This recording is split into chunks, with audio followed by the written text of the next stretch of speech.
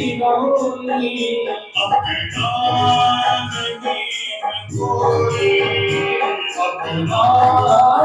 नहीं है कोई अपना दिलदार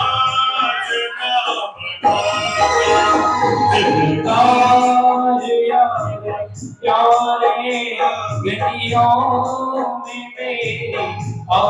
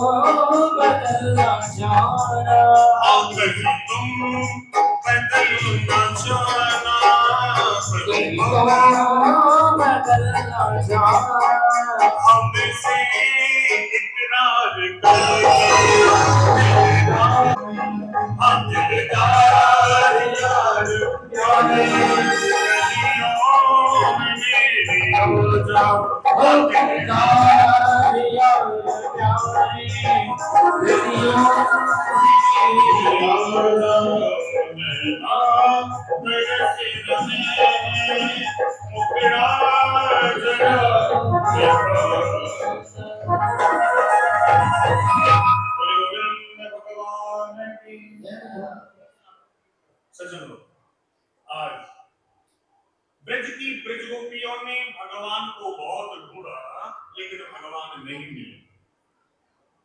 पृथ्वी से पूछा कि जहां कहीं भी हमारे कन्हैया गए होंगे, आपके ऊपर चल करके गए होंगे, यदि तुमने हमारे कन्हैया को देखा है तो बताओ हमारे कन्हैया का। सभी लोग ठाकुर जी के चरणों में प्रणाम करते हुए ठाकुर ब्रज की ब्रज गोपियों ने इस गोपी गीत को गाया, और जैसी ब्रज गोपियों ने गोपी गीत को गाया, सज्जनों भगवान आज क्या हुआ, भगवान आज गोपियों के भावों का दर्शन कर रहे, और भगवान उसी समय प्रकट हो गए। बड़ी गोविंद भगवान की। सज्जनों जैसी भगवान प्रकट हुए, वो ब्रज गोपी ऐसे खड़ी हो गई जैसे कि उनके प्राण निकल।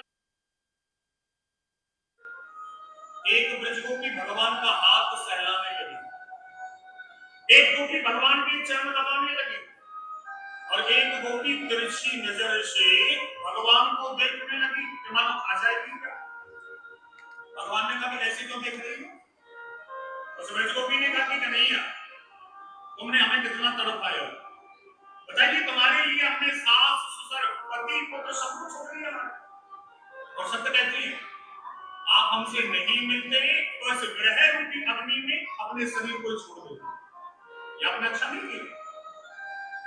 भगवान ने कहा आज देखो ब्रजगोपियों, किसी निर्धन व्यक्ति को धन मिल जाए और वो धन अकस्मात नष्ट हो जाए, तो वो व्यक्ति उस धन को पाने के लिए बार बार प्रयास करता है कि धन कैसे मिले, धन कैसे मिले।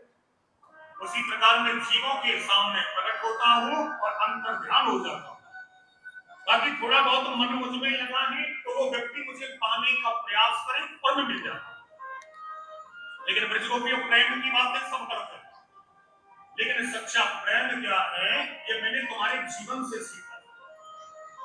देवताओं के समान लंबी उम्र मुझे मिल जाए, फिर भी मैं तुम्हारे ऋण से पूर्ण नहीं हो सकता। अब मैं तुम्हारे साथ में महाराज करूंगा। सजना, भगवान जैसे महाराज करने के लिए तैयार हो, उसे वहां पर कामदेव आ गए। भगवान ने पूछा तुम्हारा परिचय? कामदेव ने कहा कि जी मुझे सभी कामदेव कहते हैं, और जहां सुंदर स्त्री हो पुरुष हो मैं वहां पहुंच ही जाता हूं। भगवान कृष्ण ने कहा तुम कामदेव, तुम्हें ये मालूम नहीं है शंकर के रूप में मैंने तुम्हें जला करके भस्म कर दिया था। जब से मैं तीसर नैन उभारा और निर्भत काम भयो जन छाया। भगवान शंकर का तीसरा नेत्र खुलते ही ये कामदेव भस्म हो गया था। भगवान कृष्ण ने कहा कि मैंने शंकर के रूप में तुम्हें जला दिया था, वर्तमान में कामदेव ने कहा कि महाराज शंकर के रूप में आप तपस्या कर रहे थे और तपस्या करने वालों को मैं छेड़ता हूं, मुझे जल करके भस्म होना पड़ा। भगवान कृष्ण ने कहा कि राम अवतार में भी मैंने तुम्हारी देखनी चाहिए। कामदेव ने कहा कि महाराज राम अवतार में आपने एक पत्नी व्रत धारण किया था, और जो लोग एक पत्नी व्रत धारण करते वो ब्रह्मचारी माने जाते। लेकिन महाराज यहाँ विश्व सुंदरी ब्रजगोपी और त्रिभुवन सुंदर आप, या तो मेरे पांचों बाण चलेंगे।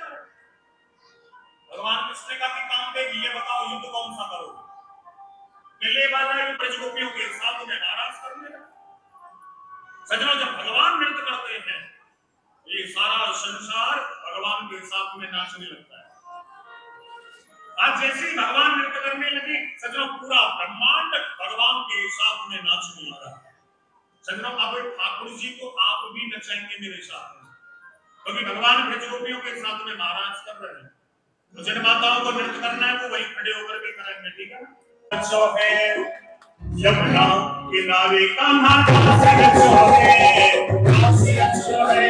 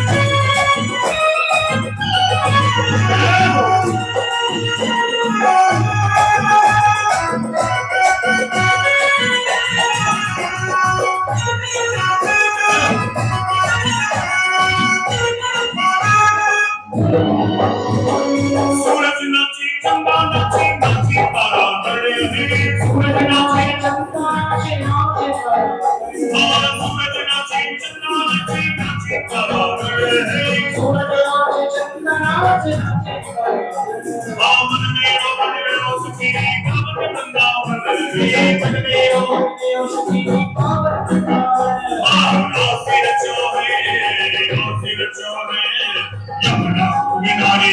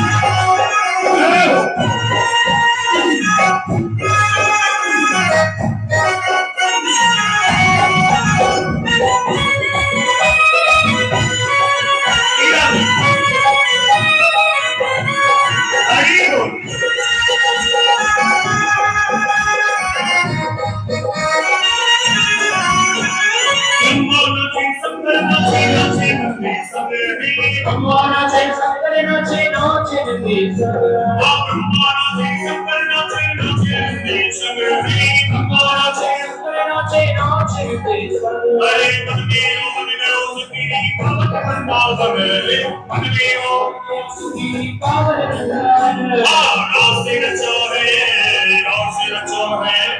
यमुना किनारे कमला सिर चोहे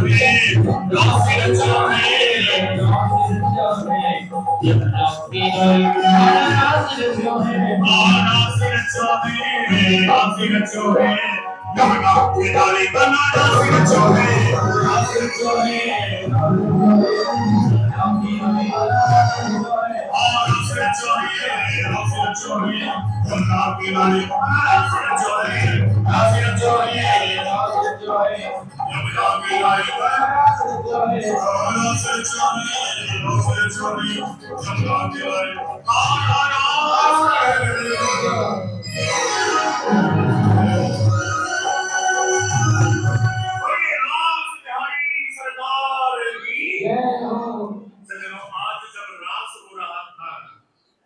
तो भोले बाबा दौड़े दौड़े आए रास देखने के लिए, लेकिन दरवाजे पर ब्रजगोपियों ने रोक लिया। भोले बाबा ने कहा कि देवी हम तो रास देखने आए, कैलाश पर्वत पर रहते हैं, भगवान का रास देखना। ब्रजगोपियों ने कहा कि महाराज यदि रास देखना है तो पहले ब्रजगोपी बन जाओ। शंकर भगवान ने कहा कि बनाओ, कैसे बनाओगे ब्रजगोपी? ब्रजगोपियों ने कहा कि पहले प्रेम सरोवर में गोता हुआ। सजनों, हमारे ब्रज में गोवर्धन में वहां प्रेम सरोवर आज भी है, और उस प्रेम सरोवर में यदि कोई पुरुष स्नान करता ना आज भी, तो महाराज उसके मन में स्वतः ही गोपी भाव आ जाता है। ऐसा उस प्रेम सरोवर का प्रभाव है। तो बड़े प्रेम से आज गोपी बन गए हमारे भोले बाबा। लेकिन सजनों, आज भगवान ने उस कामदेव को ब्रज में उल्टा रखा है, क्योंकि कामदेव के मन में अपमान हो गया था कि मैंने देवराज को जीत लिया, मैंने ब्रह्मा को जीत लिया। वो योगेश्वर भगवान कृष्ण को जीतना चाहता था, लेकिन भगवान ने उसे उल्टा लटका दिया। हमारे ब्रज में कामदेव उल्टा लटका पड़ा है। आज ब्रजगोपियों के साथ में रास किया भगवान। कंस ने अनेकों राक्षस भेजे भगवान को मारने के लिए, लेकिन सज्जनों, भगवान ने उन सभी राक्षसों का वध किया। और अंत में हमारे श्री कृष्ण और बलराम जी और नन्हे नन्हे जो सखा थे वो महाराज मथुरा गए। कभी कंस ने एक विशाल धनुष यज्ञ का आयोजन किया, लेकिन भगवान ने उस यज्ञ में जाकर के उस धनुष यज्ञ में महाराज उस धनुष का खंडन भगवान ने किया। कोवैया पीर हाथी का वध भगवान ने किया। दर्जी से भगवान ने वस्त्र सिलवा लिए, माली से माला पहनी। और सजन आज भगवान ने चांडूर, मुष्टिक इतने बड़े बड़े राक्षसों का वध किया और अंत में भगवान श्री कृष्ण ने उस कंस का वध किया। बोले कंस मर्दन भगवान की। भगवान ने कंस से युद्ध नहीं किया, केवल कंस के सिंहासन पर चढ़ करके भगवान ने उसको धक्का दिया। हमारा धक्का लगते ही उसका प्राणांत हो गया। तो ये कथा काफी बड़ी है महाराज, लेकिन समय भी देखना पड़ता है। और ठाकुर जी का विवाह भी हमें करना है ना।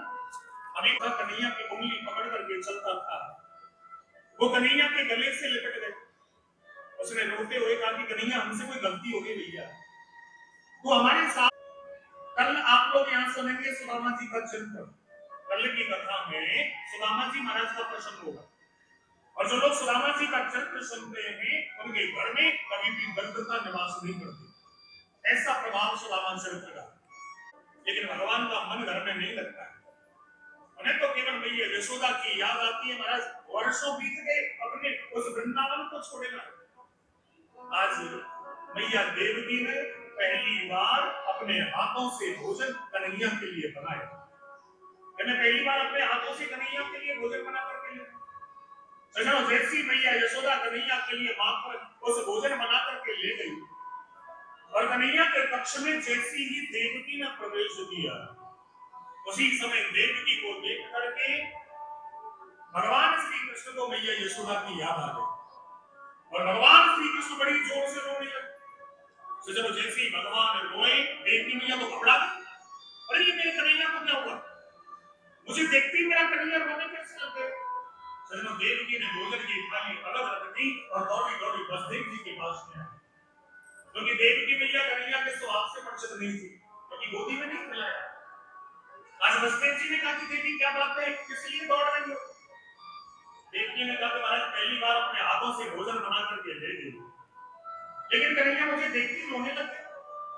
क्या बात है? मुझे कुछ गड़बड़ लगता है। सुनिए, जब से अवंतिकापुरी से पढ़ करके आया है ना कृष्ण, किसी से बातें नहीं करता, अपने कक्ष में समाधि लगा करके शांत बैठा रहता है। आप जाकर के पूछो तो सही, मेरे कन्हैया को क्या कष्ट है? वसुदेव जी ने कहा कि देवी मैं भी कैसे पूछूं, क्योंकि गोदी में तो कन्हैया को मैंने भी नहीं खिलाया, कन्हैया के स्वभाव से तो मैं भी परिचित नहीं हूं, तो मैं कन्हैया से कैसे पूछूं? सजनों, इतने में ही यदुवंशियों के मंत्री बृहस्पति जी के शिष्य ज्ञानियों में परम ज्ञानी श्री उद्धव जी महाराज आ गए। आज उद्धव जी से वसुदेव जी ने कहा कि बेटा कृष्ण के पास में जा और कृष्ण से पूछो तो मेरा बेटा इतना दुखी क्यों रहता है, मेरी कन्हैया को कष्ट क्या है, जाकर के पूछो। आज उद्धव जी ने कहा कि पिताजी चिंता ना करें, मैं जाकर के उनसे जरूर पूछूंगा। सजनों, आज हमारे इस कथा के बीच में हमारे पवन जी यहाँ उपस्थित हैं, हमारे परमादरणीय पिता समान हमारे पवन जी। तो महाराज आज हमारे इस कथा के बीच में हमारे आगम शर्मा जी, आगम शर्मा जी का आज जन्मदिन है महाराज, और उस जन्मदिन के उपलक्ष्य में पिता तरुण शर्मा, माता आकृति लाला शर्मा को बहुत बहुत बधाई। भगवान से हम प्रार्थना करते हैं, भागवत जी से प्रार्थना करते हैं कि भगवान हमारे आगम शर्मा जी को प्रसन्न रखें। इन्हें महाराज जो ये चाहते हैं उन्हें ये प्राप्त हो, हम भगवान से भागवत जी से प्रार्थना करते हैं। और हमारे आगम जी के जो दादाजी हैं हमारे पवन शर्मा, एवं उनकी जो दादी जी हैं, उनको भी इस जन्म की हार्दिक शुभकामना। और समस्त यहाँ श्रद्धालु जो उपस्थित हुए हैं सभी को महाराज यहाँ कोट कोट बधाई, और सभी की तरफ से हमारे आगम जी को भी यहाँ बहुत बहुत शुभकामनाएं। सभी का आशीर्वाद आप अपना हमारे आगम शर्मा जी को दें, जिससे कि महाराज इसी प्रकार ठाकुर जी का मन लगा रहे, लेकिन दूर है बेचारे, दूर से वीडियो कॉल पर ही बात हो रही है हमारी। और देखो इस खुशी में हमारे परमादरणीय हमारे पवन शर्मा जी जोरदार ताली बजाएंगे। बोले गोविंद ठाकुर जी से प्रार्थना की हमारे भैया जी को ठाकुर जी प्रसन्न रखे और इसी प्रकार ठाकुर जी के चरणों में मन लगा रखे और सुख शांति समृद्धि ठाकुर जी दे पूरे परिवार में। सभी लोग ऐसी बढ़ चढ़ करके ठाकुर जी के चरणों में प्रेम करें, ऐसी बढ़ चढ़ करके हिस्सा लें। बोले गोविंद भगवान की। अब हम लोग कथा की ओर चले। हमारा जन्मदिन था, गाना तो बहुत कुछ चाहते थे, लेकिन अब ये भाव का प्रसंग चल रहा है तो इसमें कुछ गा भी नहीं सकते इंसान। कोई बात नहीं, ठाकुर जी की तरफ से कोट आशीर्वाद हम कथा की ओर चले ना। सजना उद्धव जी मारा जा रहे। आज उद्धव जी से वसुदेव जी ने कहा कि बेटा मेरे कन्हैया के पास में जाओ और जाकर के मेरे कन्हैया से पूछो तो मेरा कन्हैया इतना चिंतित क्यों रहता है। उद्धव जी ने कहा कि पिताजी आप चिंता ना करें, मैं अभी जाकर के पूछूंगा। सजना आज उद्धव जी जैसी भगवान के पक्ष में आए तो उद्धव जी ने देखा कि भगवान अपने पलंग पर बैठे बैठे महाराज रो रहे। आज उद्धव जी ने जाकर के भगवान श्री कृष्ण को प्रणाम किया और कहा कि कन्हैया मैं तुम्हारी चरणों में प्रणाम करता हूं, लेकिन व्यक्तिगत रूप से ये पूछना चाहता हूं कि आपको कोई मथुरा में कष्ट है, आपको किसी भी प्रकार की परेशानी यहाँ है, या हम यदुवंशियों से कोई अपराध हो गया, कोई भूल बन गई, आप हमें बताते क्यों नहीं।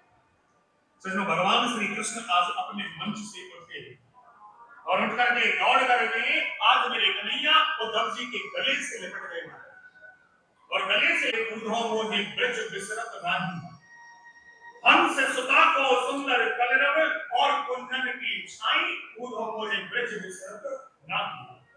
उद्धव मैं हजार बार प्रयास करके भी अपने ब्रज को नहीं भूल पाता, मुझे मेरे ब्रज की विस्मरण नहीं होती है महाराज।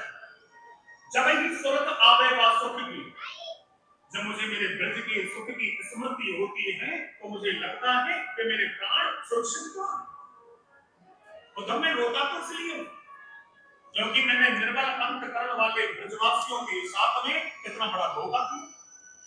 जो ब्रजवासी चलते फिरते खाते पीते उठते बैठते, महाराज मेरे यशोदा दुनिया भर के वैदों को बुला लेती थी कि मेरी लाला को क्या हुआ, इसने दूध कम क्यों पिया। इतना प्रेम मेरी मां मुझसे करती।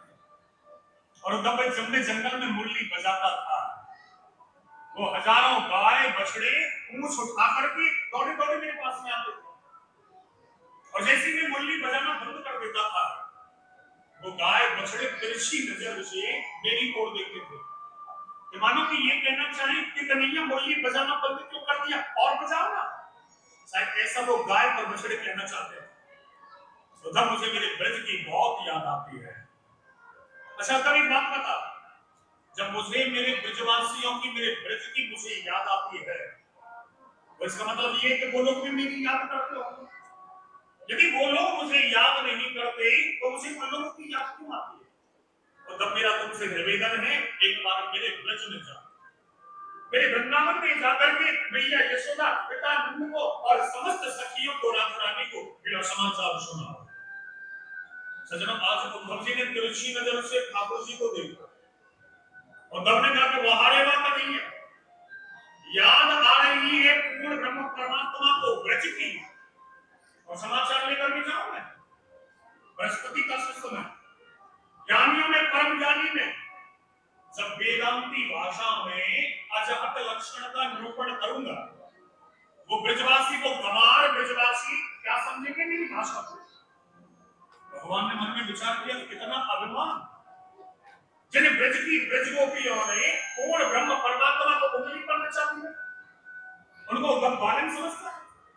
भगवान ने कहा कि उद्धव थोड़ा सरल भाषा में कहने का प्रयास करना, लेकिन एक बार मेरे वृंदावन जाओ, मेरे प्रेमियों को सबको मेरा समाचार सुना। आज भगवान कहते हैं कि मुझे मेरे ब्रज की बहुत याद आती है। आज भगवान कह रहे हैं अरे उद्धव मोहे मैया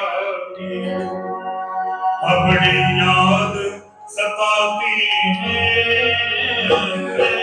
उद्धव मोहे मैया की बड़ी याद सताती है। अरे प्रिया वृंदावन को मेरी ले जा तू पाती है भैया वृंदावन को मेरी ले जा तू पाती है। उठो मुझे मैया की बड़ी याद सताती है। जय हो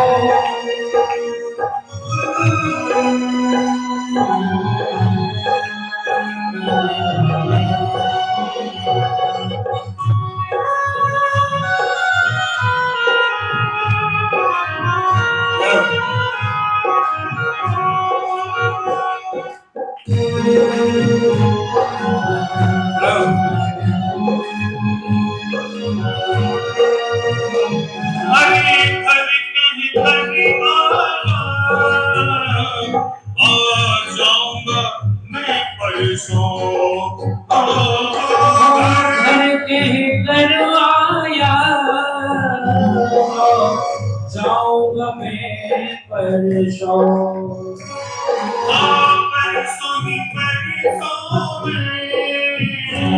अब बीत गई परसों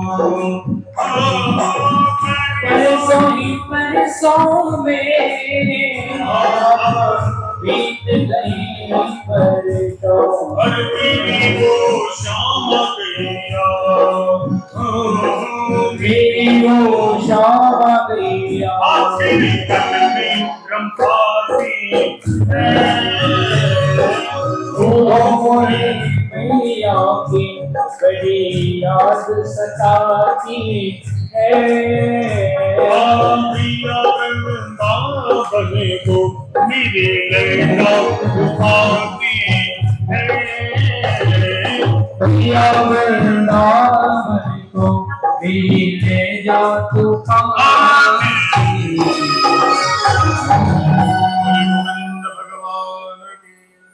सज्जनों, आज भगवान ने कहा कि उद्धव मेरा समाचार जाकर के सुना। उद्धव जी ने कहा कि आपकी आज्ञा मान करके मैं जा तो रहा, लेकिन 1 घंटे से ज्यादा मैं ब्रज में नहीं रुकूंगा। 1 घंटे में आ जाऊंगा।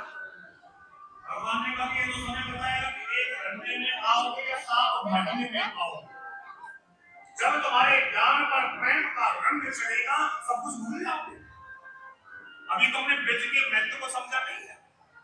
एक बार जो ब्रज के रंग में रंग जाता है महाराज फिर उसे कुछ अच्छा नहीं लगता। आज उद्धव जी ने क्या किया, भगवान श्री कृष्ण के मुकुट में से मोर पंख को निकाल करके अपने मुकुट में लगा दिया, भगवान की कमरिया तोड़ ली। कभी सज्जनों, ब्रजवासी सिवाय कृष्ण के किसी को मानते नहीं, किसी से बातें करना भी ब्रजवासी व्यक्ति की समझते हैं।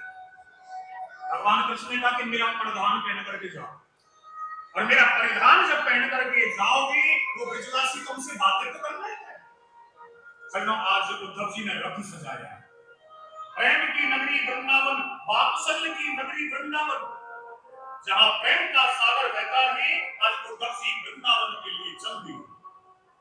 लेकिन सुखदेव जी कहते कि परीक्षित, जिस दिन से भगवान वृंदावन को छोड़ करके गए, भगवान के मित्रों की परिस्थिति कैसी हो गई?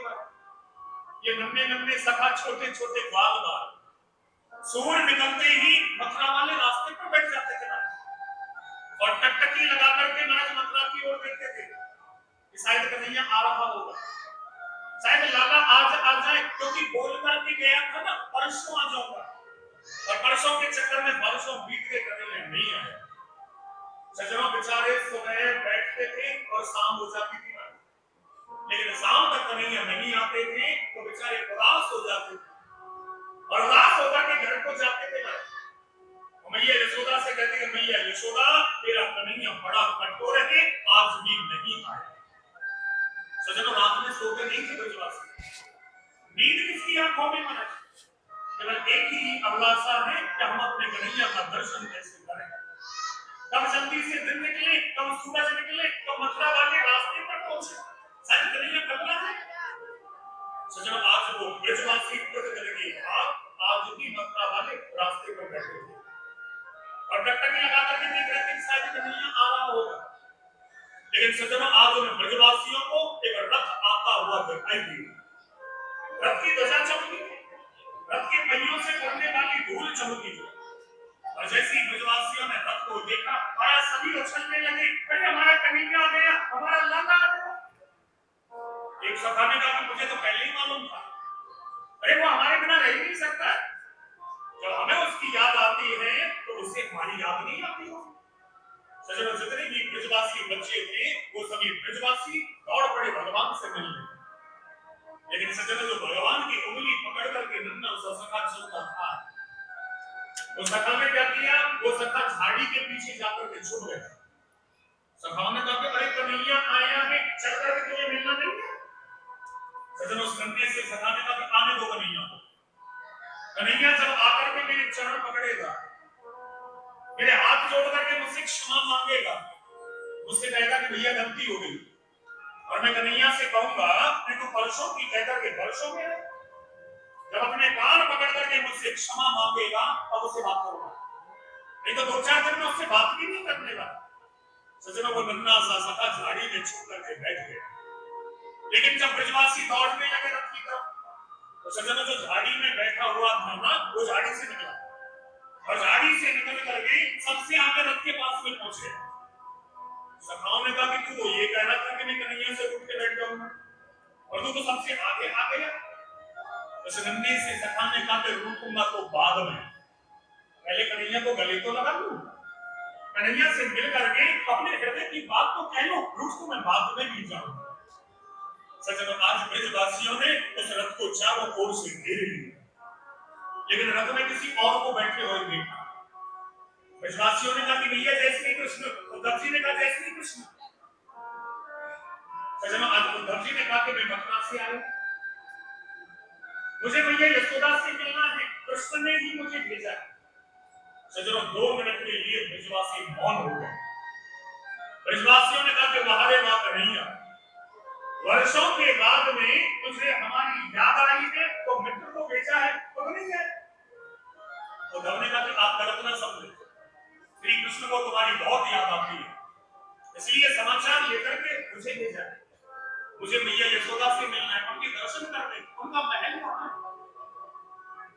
सखाओं ने कहा कि देखो उद्धव जी, मैया यशोदा के महल का रास्ता बताना जरूरी नहीं। उद्धव जी ने कहा कि नहीं बताओगे तो मैं पहुंचूंगा कैसे। सखाओं ने कहा कि नीचे तुम्हें पानी बहता हुआ दिखाई देता, उद्धव ने कहा हाँ दिखाई दे रहा है। ब्रजवासियों ने कहा कि इस पानी का जहां अंत हो समझ लेना वही यशोदा जी का महल है। अरे उद्धव, ये कोई पानी नहीं है, ये कोई नाला भी नहीं है, ये हजारों ब्रज गोपियां, राधा रानी, यशोदा मैया, नंद बाबा, ब्रजवासी, उनके नेत्रों से बहने वाली आंसुओं की धारा है। इसका जहां अंत हो समझ लेना वही यशोदा का महल है। सज्जनों उद्धव जी देखते ही रहे, बन करके गए, उसका सब कुछ ही नहीं। वो बेचारी सुपर था, प्रेम करने गई थी, उसके नाक का दोनों को काट दिया। अरे भोला, इस कपटी कृष्ण से जिस किसी ने प्रेम किया है उसे धोखा मिला। और ध्वज ने प्रेम किया, बेटी के सर पर आना चलाना, प्राण भी तो नहीं निकलते तो लड़ने खत्म हो जाए। सज्जनों वो ब्रजगोपी का घोड़ा से कहे, हमने जो भी तुझसे कहा है ये बात कन्हैया से जाके मत कहना, क्योंकि उसने कहा। तो ब्रजगोपी ने कहा तो सब ठीक है, ये ब्रह्म में मन को लगा, अब किसी के पास में मन ना हो तो वो क्या करे। तो दर्जी ने कहा क्या मतलब है तुम्हारा। ब्रजगोपियों ने कहा कि ऊधो मन ना भय 10-20, एक हाथों सो गयो श्याम संग, अब को आना दे ईस, ऊधो मन ना भय 10-20। अरे उद्धव मन तो एक होता है, और उस मन को चुरा करके मेरा कन्हैया मथुरा ले गया, हमारे पास में मन ही नहीं है, तो तुम्हारे ब्रह्म के लिए मन कहां से लाए। तुम तो सखा श्याम सुंदर के सकल योग के ईस, ऊधो मन ना भय 10-20। तुम तो कृष्ण के सखा हो। हमारी एक बात सुन लो, यदि पैर नहीं होते तो गौ चराने गया कैसे। आज ब्रज की ब्रज गोपियां कहती कि उद्धव तुम ब्रह्म को नहीं जानते। देखो ग्वाल में गोपियां उद्धव जी को बड़ा जवाब दे रही है। आज ब्रज गोपी कहती है कि अरे उद्धव, निर्गुण का अर्थ होता है जिसमें प्राकृतिक गुण ना हो, और सगुण का अर्थ होता है जिसमें गुण विद्यमान हो। मेरे कन्हैया को निर्गुण इसलिए कहते हैं कि उसमें संसार के गुण नहीं, और वो सगुण इसलिए है कि उसमें दिव्य गुण विद्यमान है।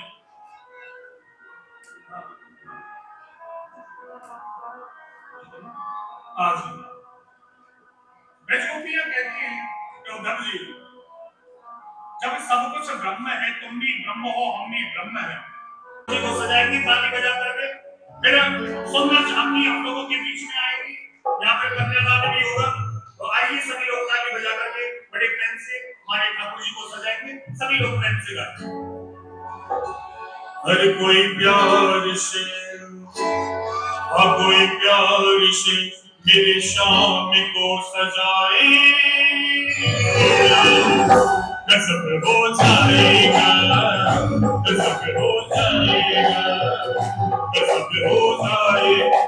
प्यार से मेरी शाम को सजाए, गजब हो जाएगा, गजब हो जाएगा, अरे गजब हो जाएगा, गजब हो जाएगा,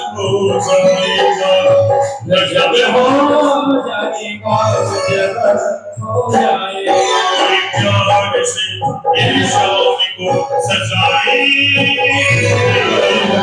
गजब हो जाएगा, गजब हो जाएगा, गजब हो जाएगा।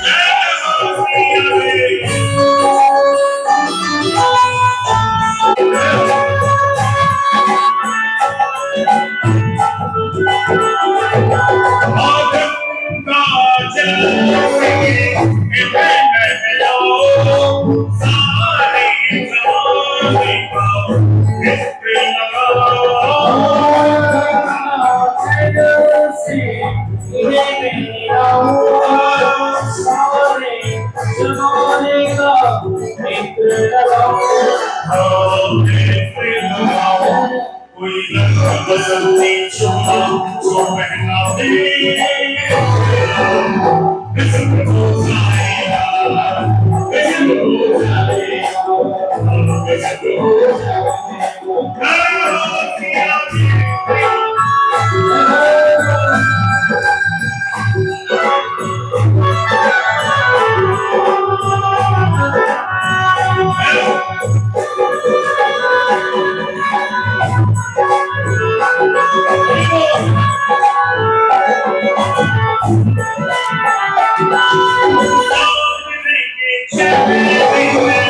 चंदन लगा के माथे पर ओढ़ेगा, टीका लगा के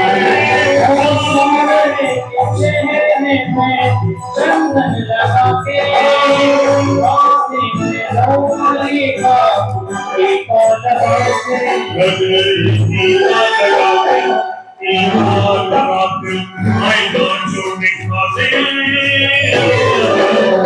गजब हो जाएगा, गजब हो जाएगा, गजब हो जाएगा, गजब हो जाएगा। वीरों ने पानी डाला करेगा तो हाथ डालो, लेकिन पानी में हाथ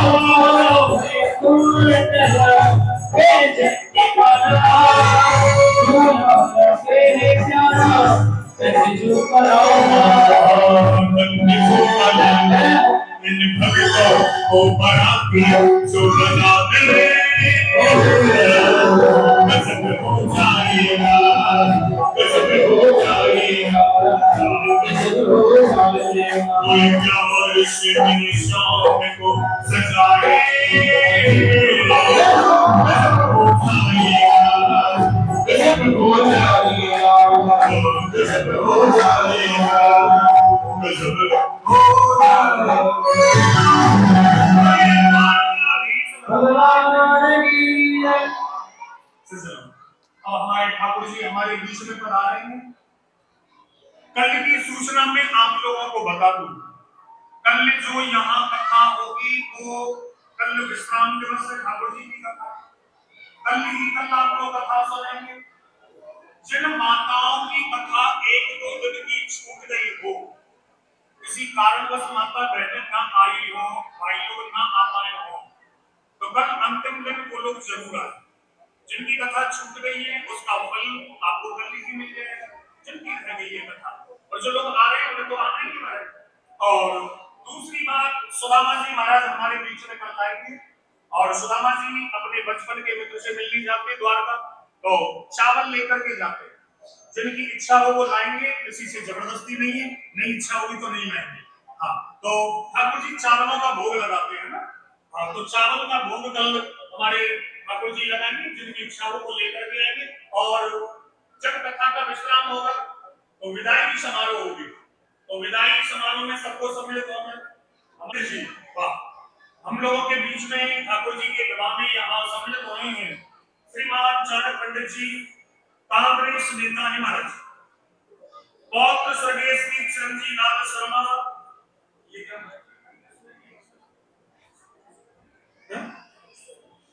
एक्स एमपी, पुत्र श्री कुलदीप शर्मा, एक्स हरियाणा विधानसभा अध्यक्ष एवं एक्स एमएलए, हमारे गौड़ ब्राह्मण सभा में श्री भागवत के कथा आयोजन में हमारे आज के जो अतिथि हैं, हमारे परमादरणीय श्रीमान चाणक्य पंडित जी, देखो ठाकुर जी के बड़े प्रेमी हैं, इतना बेशकीमती समय निकाल करके यहाँ ठाकुर जी के चरणों में आए हैं।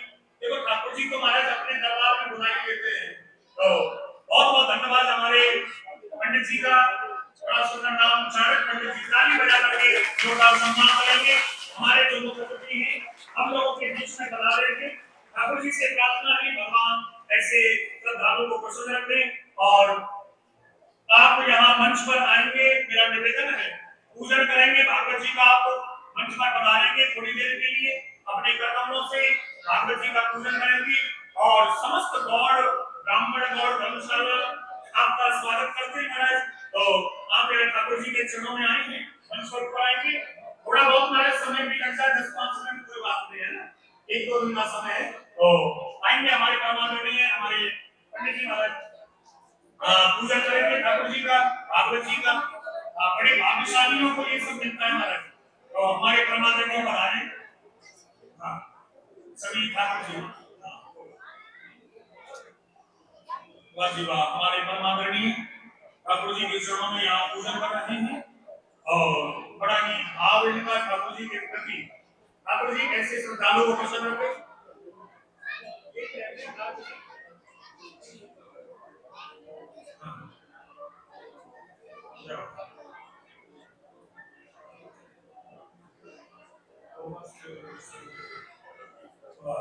हमारे परमादरणीय हमारे चाणक्य पंडित जी ठाकुर जी का पूजन कर रहे हैं, भागवत जी का। भगवान इन्हें प्रसन्न रखें, इनकी मनोकामना ठाकुर जी पूर्ण करें, और ऐसे ही सामाजिक कार्यों में ठाकुर जी के कामों में बढ़ चढ़ करके हिस्सा लेते रहे, यही हम कामना करते हैं ठाकुर जी से। वाजिबात श्रीमद् भागवत जी का पूजन अपने कर्तव्यों से कर रहे हैं हमारे पंडित जी महाराज, और भी समस्त यहाँ गौड़ ब्राह्मण धर्मशाला के जो भी पदाधिकारी गण हैं वो सभी यहाँ उपस्थित हैं, और बड़े भाव से यहाँ ठाकुर जी के पूजन में सभी लोग सम्मिलित हुए हैं। ठाकुर जी ऐसे श्रद्धालुओं को प्रसन्न रखे। वाजिबात सभी का यहाँ हार्दिक अभिनंदन वंदन। वाह,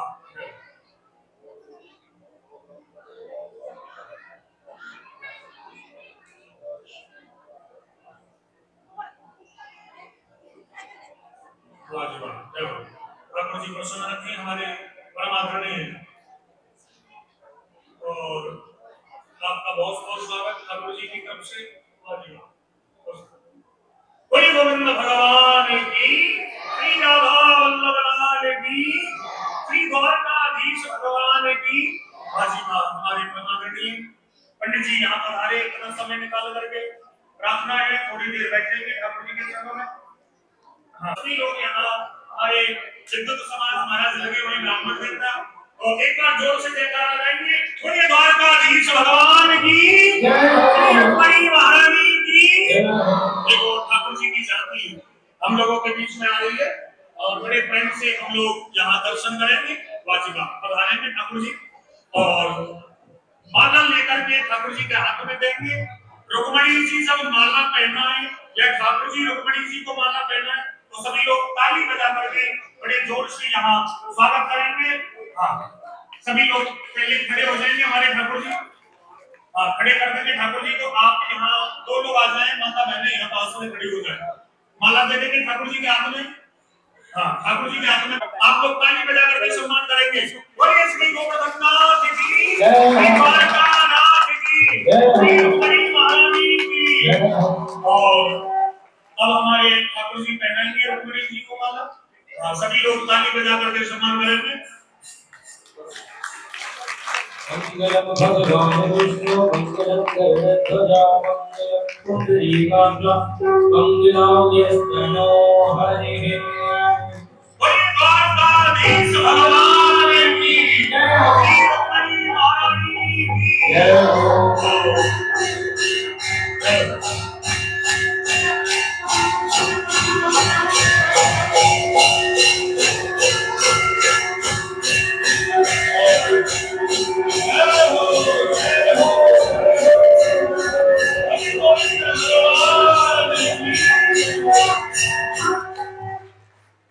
अब हमारे ठाकुर जी को बिठा देंगे यहाँ, रुक्मिणी जी को, ठाकुर जी को। और सबसे पहले जो हमारे आज के मुख्य अतिथि यहाँ पधारे हैं हमारे चाणक्य पंडित जी महाराज, तो आप खड़े होंगे और खड़े होकर के रुक्मिणी जी की गोद भराई करेंगे यहाँ। और जितने भी हमारे ब्राह्मण समाज है सभी यहाँ पूजन करेंगे। बहुत बहुत स्वागत। पूजन करा रहे हैं, रुक्मिणी जी की गोद भराई कर रहे हैं हमारे पंडित जी महाराज। और भी सभी यहाँ ब्राह्मण देवता उपस्थित हैं, सभी ठाकुर जी के चरणों में यहाँ पूजन कर रहे हैं। हाँ, भगवान की गोद भराई, रुक्मिणी जी की गोद भराई हमारे सभी पदाधिकारी गण कर रहे हैं। वाजिबा बहुत सुंदर भाव हमारे प्रधान जी, हमारे प्रधान जी, कौशल जी और भी अन्य यहाँ सदस्य यहाँ पधारे हैं। और सभी का बहुत बहुत स्वागत। सभी माता बहन यहाँ विराजमान है, सभी का बहुत बहुत स्वागत। हमारे विद्वान ब्राह्मण भी यहाँ सभी अपनी सेवा में लगे हुए हैं और यहाँ पूजन चल रहा है। ताली बजा करके मेरे साथ में आप भजनों का आनंद लेंगे, ठीक है ना? सभी लोग बड़े प्रेम से ठाकुर जी के चरणों में गाएं। और तब तक यहाँ हमारे कमेटी के सदस्यगण यहाँ दूध भराई कर रहे हैं, पूजन कर रहे हैं। फिर आगे का जो कार्यक्रम है वो किया जाएगा। सभी लोग बड़े भाव से गाएं।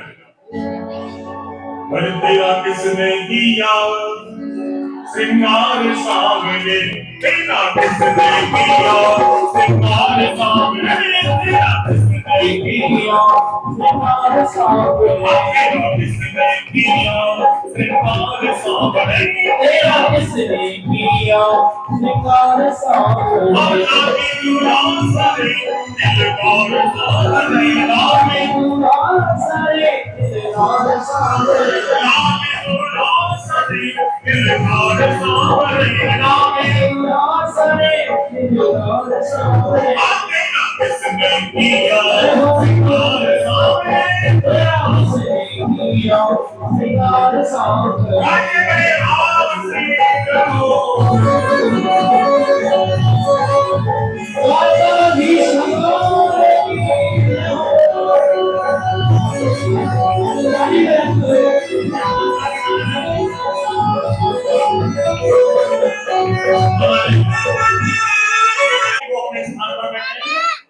बहुत सुंदर और हमारे ब्रह्मांडी गांधी जी बोल बढ़ाई कर रहे हैं। और फिर आप सभी को मौका दिया जाएगा ठाकुर जी के चरणों में। हमारे गौड़ सभा का इतना सुंदर नाम है महाराज, गौड़ सभा। हमारे ब्राह्मण समाज सभी मिलकर के यहाँ रुक्मिणी जी की गोद भराई कर रहे हैं। जोरदार ताली बजा करके हमारे गौड़ ब्राह्मण सभा का स्वागत करेंगे। जो इतना बड़ा कार्यक्रम आप सभी लोगों के बीच में महाराज यहाँ कराया है, वाजिबा सभी हमारे ब्राह्मणों का यहाँ बड़ा ही सहयोग रहा है। सभी को कोट कोट आशीर्वाद ठाकुर जी की तरफ से। सभी मिलकर के यहाँ गोद भराई कर रहे हैं। वाजिबा बोले गोविंद भगवान की। और हमारे पंडित जी महाराज जी, वाह, हमारे नितिन पंडित जी बड़े ही प्रकांड विद्वान महाराज, बड़ी ही प्रेम से यहाँ ठाकुर जी की सेवा में लगे हुए हैं और बड़े ही भाव से यहाँ पूजन कर रहे हैं। हमारे मनोज जी ठाकुर जी की देखो गोद भराई कर रहे हैं हमारे सभी लोग वाजीवाद जो लोग गोद भराई में महाराज यहाँ उपस्थित हैं सभी हाँ, सभी लोग बड़े प्रेम से गाय मेरे साथ में ताली बजा करके आप नहीं ले चलेंगे भैया परेशान हो गए। अब जिन्होंने दर्शन कर लिया है वो अपने स्थान पर बैठ जाएंगे, जो लोग यहाँ सामने वाले दर्शन कर चुके हैं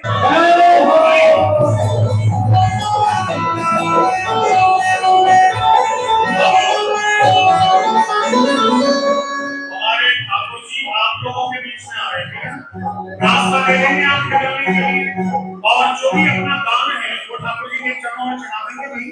हाँ, साथ में हमारे पंडित जी जा रहे हैं ठाकुर जी के भजन कीर्तन भी सभी को दर्शन कराएंगे, रास्ता देते रहेंगे। आप सभी उनके चरण छू करके अपना जो भी कन्यादान है आप उनके चरणों में डालेंगे और भजनों का आनंद मेरे साथ में लेते रहेंगे। हरे मस्तक पर लिया मेरे चरण की मस्तक पर लिया मस्तक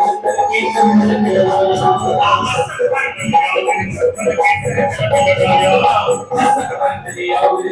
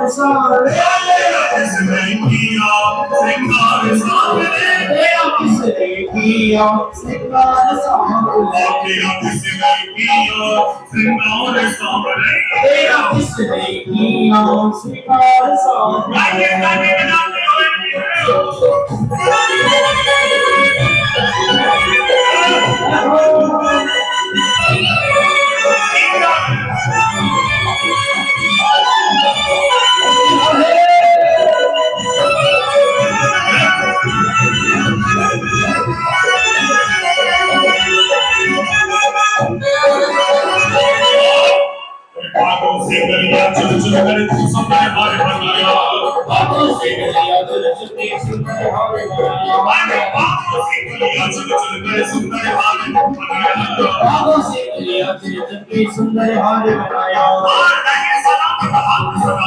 जिसने तुझे सजाया सलामत आपको जिसने तुझे सजाया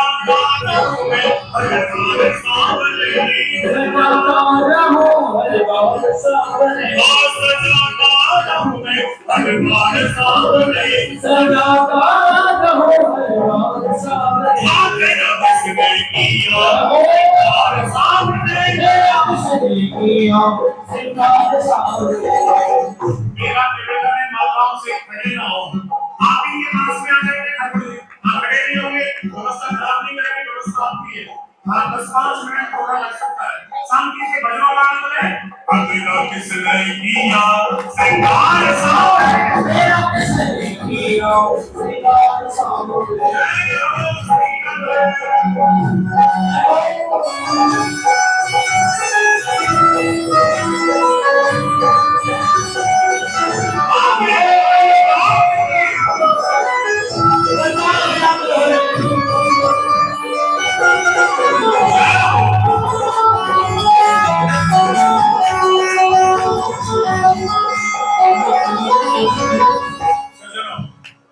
मैं देख रहा हूँ कि ताली नहीं बजा रहे लोग। क्या आप लोगों को विवाह की खुशी नहीं है? ठाकुर जी जिन्हें खुशी है वो हाथ ऊपर उठा कर सभी को खुशी है ना? सजनो देखो, मैंने पहले भी कहा था, देखो बाग की शोभा माली से, मैं पहले भी बता चुका हूँ, बाग की शोभा माली से। जिस बगीचे में माली नहीं होता ना, वो बगीचा शोभा मानने लगता। बाग की शोभा माली से, और मकान की शोभा जाली से, और भोजन की शोभा थाली से, और ससुराल की शोभा किससे पकड़नी? थाली है। ससुराल की शोभा थाली से, और कीर्तन की शोभा थाली से।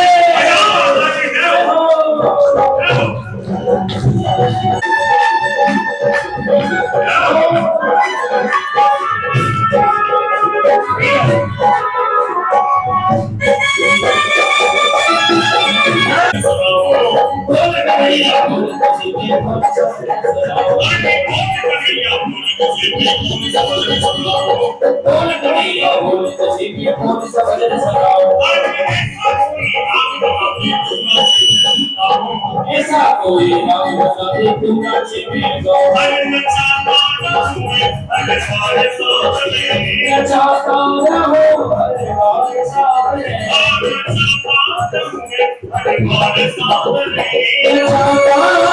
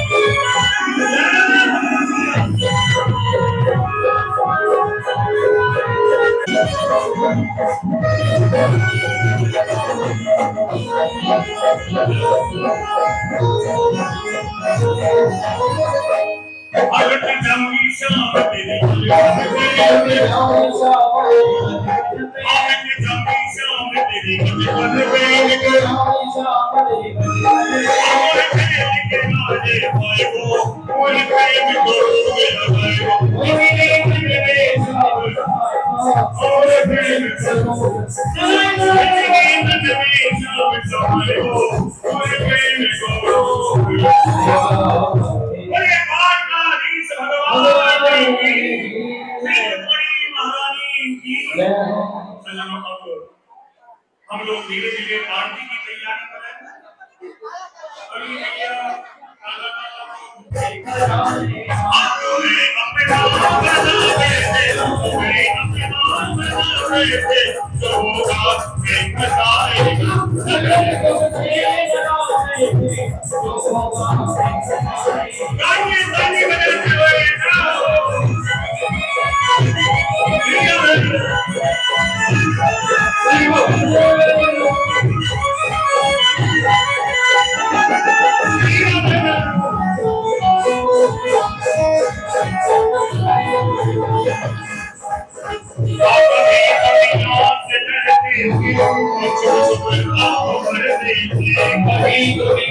से डरते थे तुझको याद करते थे कभी दुनिया से डरते थे छुप छुप याद करते थे कभी दुनिया से डरते थे तुझको याद करते थे आज हमें पैदा हटावे थे जो हमें पैदा हटावे थे जो होगा देखा जाएगा लगे तुमसे लगावे थे जो होगा देखा जाएगा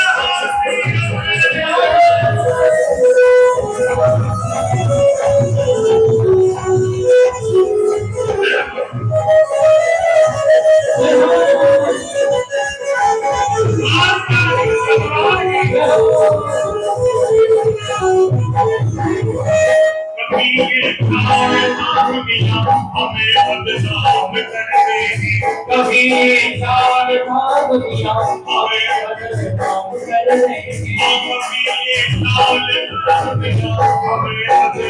कर देगी कभी ये चार भाग दिया कभी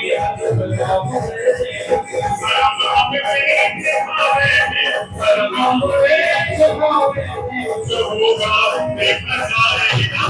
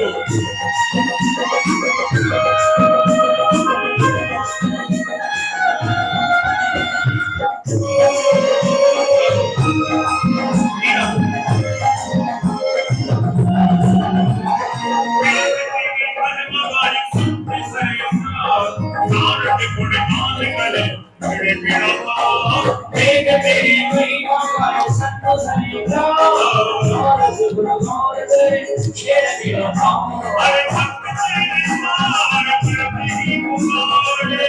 तेरे द्वार पर तेरी पुकार, अरे दास तेरे तेरी करने